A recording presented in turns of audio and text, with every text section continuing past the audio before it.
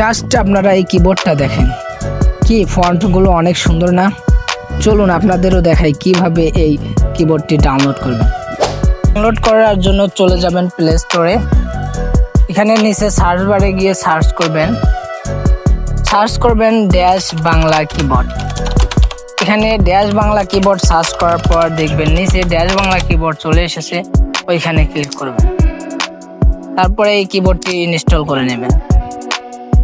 এখানে অল্প একটু ওয়েট করবেন। ইনস্টল হলে ওপেনে ক্লিক করবেন। দেন এখানে অ্যাক্টিভ কিবোর্ড এখানে ক্লিক করবেন।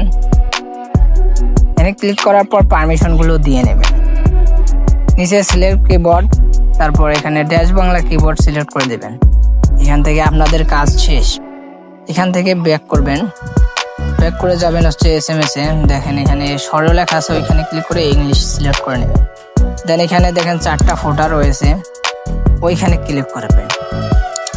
এখানে ক্লিক করে এই লেখা আছে, ওইখানে ক্লিক করার সাথে সাথে আপনার ফন্টগুলো চলে আসবে। এখানে ফন্টগুলো সিলেক্ট করে আপনারা SMS করতে পারবেন। এখানে অসংখ্য ফন্ট আছে। আজকের ভিডিও এই পর্যন্ত। ভালো লাগলে লাইক করুন, চ্যানেলটি সাবস্ক্রাইব করুন, আর যদি ভালো নাও লাগে একটি ফলো দিয়ে যাবেন।